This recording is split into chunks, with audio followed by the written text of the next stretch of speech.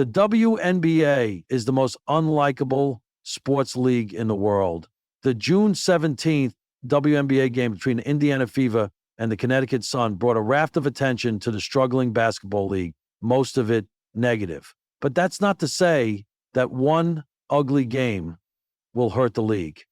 The WNBA is desperate for attention, and attention is what it got from yet another case of the referees allowing its second-year superstar, Caitlin Clark, the only reason many people have heard of the WNBA, to get bullied all over the court. This game encapsulated why the WNBA is the most unlikable sports league in the world. How is it possible to like or respect the struggling, never profitable league that, when it receives a gift like Clark, the biggest sports star of either sex in the world, and then stands by and watches as she gets abused by jealous competitors? Maybe WNBA Commissioner Cathy Englebert is unable to understand that it's her duty to protect the goose that laid the golden egg. Engelbert's an accountant, but maybe she's forgotten to look at the Clark-era numbers. When the league's superstar recently missed a stretch of games due to injury, WNBA viewership dropped by 50%. During that June game, Sun player J.C. Sheldon intentionally poked Clark in the eye. As Clark held her hand to her eye, the Sun's Marina Mabrey knocked her to the floor with a body check from behind. This happened right in front of a referee, who merely called a technical foul on Mabrey. One might get the idea that the refs are following league instructions to allow such bullying. Sun player Sophie Cunningham, who looks more like a runway model than an enforcer-type player, who happens to hold a black belt in Taekwondo, realized she had to do a job that the officials are paid to do. So on a subsequent play, she wrapped Sheldon in a headlock as the Sun player drove to the hoop and tossed her to the hardwood, drawing a level 2 flagrant foul.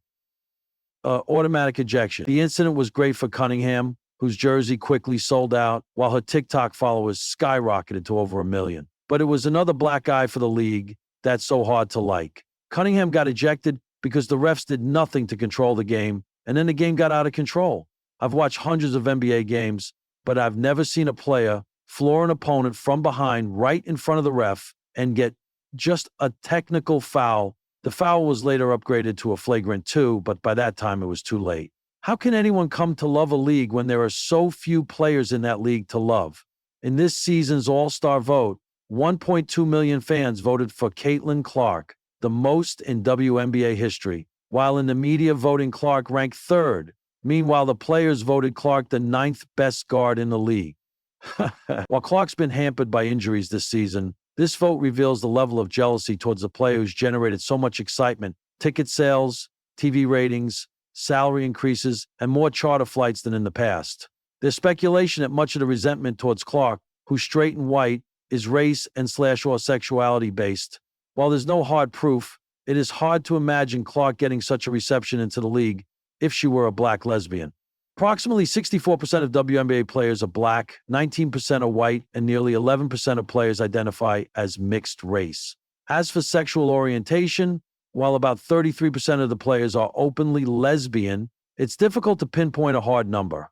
Some detractors call the WNBA a lesbian league. That's crude, but anyone wishing to categorically deny this should check out the Indiana Fever's recent locker room celebration after winning the Commissioner's Cup tournament. As Clark bent over to talk into the live streaming camera, teammate Sydney Colson, an open lesbian, came up behind her and gave her and simulated humping her. You won't see such behavior streamed to the public in many sports leagues.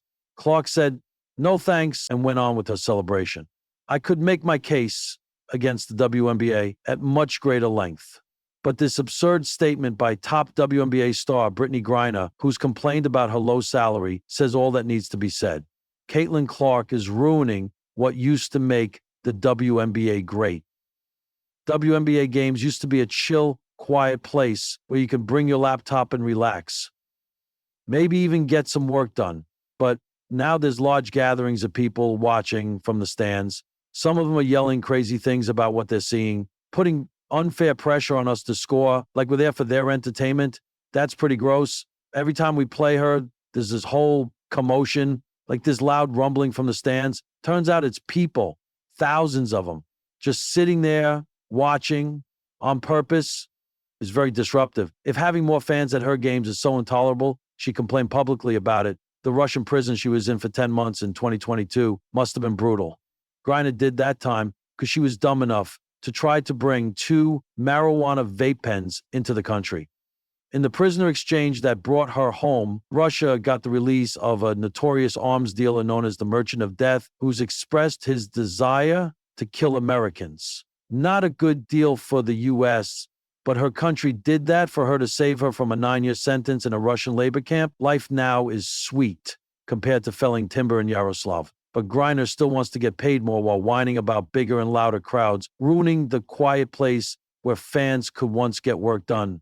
Presumably because the games were so boring. Has a pro athlete ever expressed a more childish, inane opinion? In a world bursting with soccer hooligans, hostile hockey fights, and baseball's endless unwritten rules, who would have thought the WNBA, a league built around athleticism, sisterhood, and progress, would find itself somehow branded the most unlikable sports league in the world? Hyperbole? Of course. But let's play along. Let's imagine the WNBA took home that dubious title not because of its product on the court, which is better than ever, but because of what surrounds it: perception, polarization, and pressure. So, what makes the WNBA a league of fierce competitors and rising stars unlikable in the eyes of critics? Let's creatively unpack the myth. 1. The two political paradox. Ah, yes, the age-old critique. Keep politics out of sports. But here's the thing. The WNBA didn't bring politics into basketball. Politics crashed the party. Uninvited, when its players, many of them black women, started demanding fair treatment, accountability, and equity. From kneeling for justice to calling out societal inequalities, WNBA players have never shied away from using their platform. That bravery, it made some people uncomfortable. And in a world where male athletes get to inspire change, but female athletes are told to shut up and dribble, the WNBA became a lightning rod. Suddenly, what should have been celebrated as courage got labeled as controversial. 2. The Caitlin Clark conundrum. Enter Caitlin Clark, blonde, sharpshooting, media darling. When she joined the Fever, she brought with her a tidal wave of interest, new fans, and yes, cameras. But her arrival sparked something the league hadn't truly faced before: a cultural tug of war. Some say she's the WNBA savior. Others say she's being protected while her black teammates are overlooked. The discourse is endless. Divisive, and at times ugly. And the WNBA? It's caught in the crossfire. When every hard foul becomes a culture war headline and every box score is dissected for its racial undertones, it's not the league that's unlikable. It's the noise around it. 3. Fans who don't like the league they watch. Here's a fun twist. A sizable chunk of online WNBA commentary comes from people who don't even watch the games. Many are content to comment from the sidelines, calling the league boring, unwatchable, or irrelevant. Yet they can name Caitlin Clark's points per game. They argue about all-star snubs. They share clips out of context to fuel outrage. That's not sports fandom. That's spectacle addiction. The WNBA isn't unlikable. It's just wildly misunderstood by people who've never seen the fourth quarter fire of a game between the Liberty and Aces, or the way Alyssa Thomas commands a defense like a general. They don't know what they're missing, so they make up reasons to dismiss it. 4. The branding growing pains. Here's a reality check.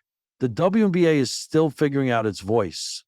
Unlike the NBA with 75-plus years of highlight tapes and household legends, the WNBA is in its awkward teenage years.